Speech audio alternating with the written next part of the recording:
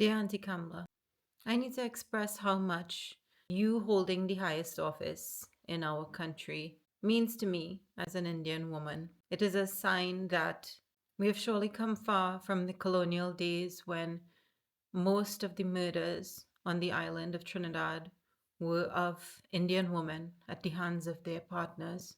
It still happens today, but we have more avenues to leave and to be free. You are now the boss. And as somebody who has lived and worked in different countries, always coming back to Trinidad and Tobago, I know what it means to not be a minority, to have the possibility that someone who looks like me can achieve the highest possible. I don't take that for granted. And we've made so much progress. I see it in my own family. My grandmother never learned to read or write. My mother had some secondary education but dropped out before she finished school. And me, I was able to do 2 master's degrees. There is progress. When you took office, Auntie Kamla, I thought about all of the matriarchs in our community who took care of us, who always made sure we had something to eat no matter what, who often sacrificed their own feelings and comforts, who dealt with our condescending attitudes when we felt that we were better than them because we got a little bit of education, not understanding the wisdom that they had, who navigated systems that marginalized them with a sophistication that Western feminists can never understand. But I started to notice things.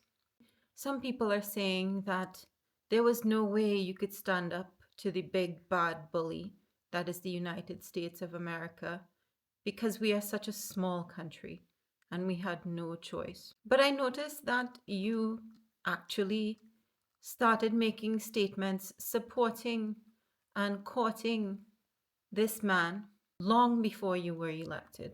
And I noticed that your election strategy and the way that you have been governing since is almost a copy of the playbook of the MAGA movement, which is causing so much strife in their own country and around the world. Maybe that familiarity that I felt about you wasn't because of the best parts of the matriarchs in our community who nurtured and protected us. Maybe the familiarity was because of the most dysfunctional aspects of our culture.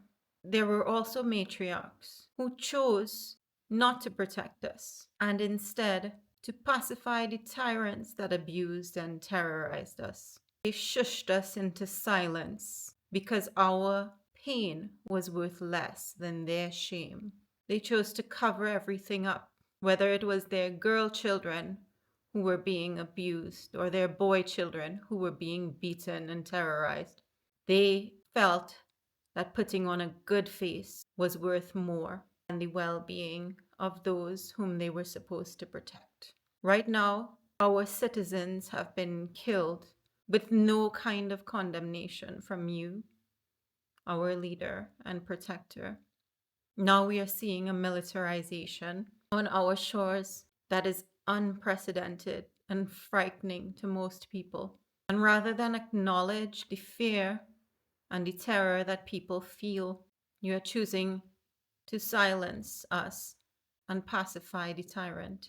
Because we live in terrible times, and where people stand at this moment in history reveals who they are.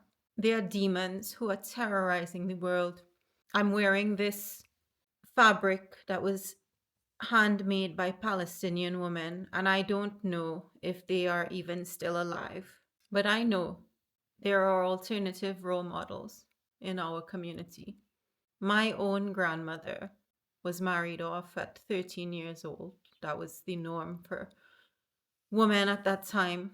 She went to live with her husband's family, and they abused her and treated her like a servant, but she didn't take it. Although still just a girl, she picked herself up and she walked halfway across the country on her own back to her parents' house, even though this brought shame on her family and she was seen as a fallen woman for the rest of her life. So, who am I to shut my mouth now for a visa? I don't want to go into the belly of the beast while these demons are in power, while they are rounding up people who look like me and sending them to work camps. We are women, we are powerful, we have always been the moral compasses in our communities. And we don't have to be the kind of woman who chooses to side with the tyrant rather than protect those in our communities that don't have a voice or power.